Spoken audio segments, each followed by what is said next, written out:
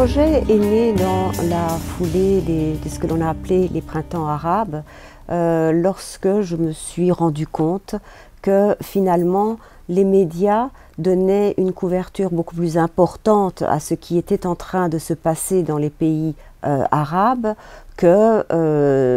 l'espace qu'ils donnent d'habitude aux contestations dans les pays musulmans de manière générale. Et je pensais en particulier à un mouvement qui pour moi avait précédé les printemps arabes, c'est-à-dire le mouvement vert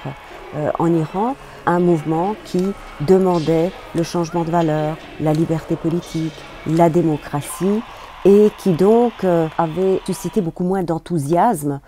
dans l'opinion publique occidentale.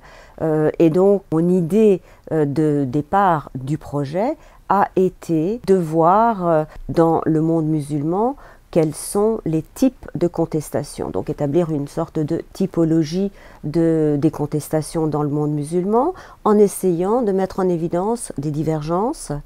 ou des convergences, essayer de voir quels sont les nouveaux mouvements de contestation et en même temps essayer de voir quelle est la part du religieux et de l'influence des mouvements religieux dans les contestations. C'est un projet tout d'abord multidisciplinaire et qui fait participer 3 équipes de l'ULB. D'une part, il y aura le LAMC qui va étudier les mouvements paysans en particulier, mais les mouvements sociaux de manière générale au Burkina Faso, mouvements qui s'inspirent de l'islam.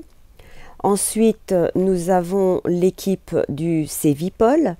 qui s'occupera plus particulièrement de la contestation qui tend vers les mouvements armés dans le Caucase. C'est encore une autre manière d'aborder les mécontentements dans le monde musulman. Et puis finalement, il y a mon équipe du CECID qui se penchera sur la contestation des femmes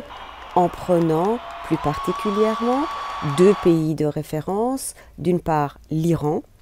et d'autre part l'Égypte. Donc on a essayé en tout cas d'avoir une approche qui donne une idée des types